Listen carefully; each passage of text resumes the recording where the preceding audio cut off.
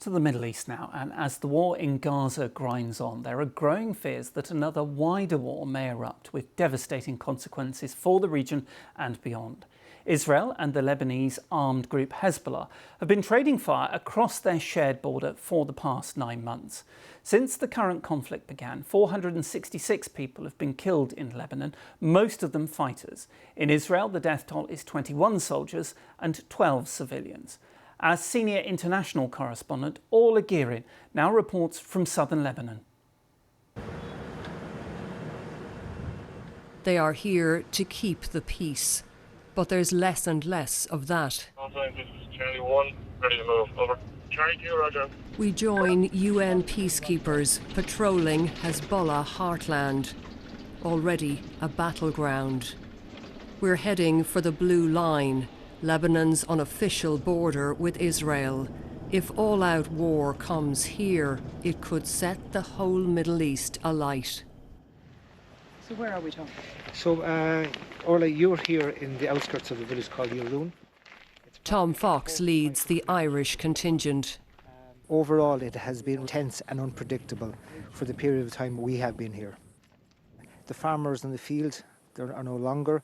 Crops have been destroyed as a result of bushfires resulting from the exchanges of fire. How far are we now from the Blue Line? From where you're currently standing, you're approximately 400 to 500 metres from the Blue Line. And I presume the Israelis are watching us now. Everyone's watching people in this sector of the world. And Hezbollah's arsenal is eye-catching, as flaunted in this propaganda video.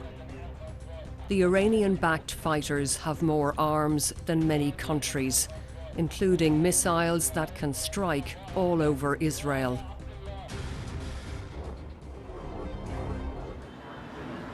And Israel has been striking back.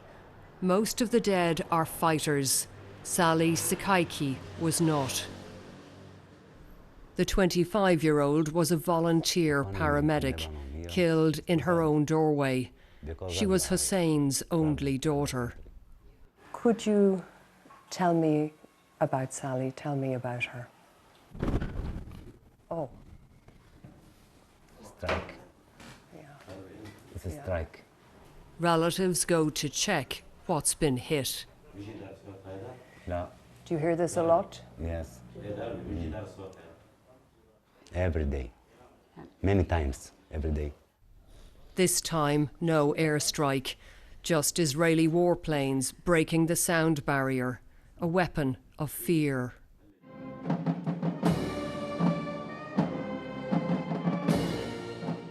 But death often comes from the sky. Here, full military honours in Beirut for a senior Hezbollah commander killed in an Israeli airstrike. So far, this is a limited conflict, but if it escalates, it could draw in other Iranian-backed militant groups in Iraq and Yemen and embroil the US. This is a show of grief and of anger, but it's also a show of strength. For months now, Hezbollah has been burying fighters, but it has many more to take their place. And if there is an all-out war with Israel, Hezbollah will be a far more formidable enemy than Hamas. If there's a ceasefire in Gaza, Hezbollah says it will also cease fire. Its message: we don't want all-out war, but if it comes, we will fight to the death.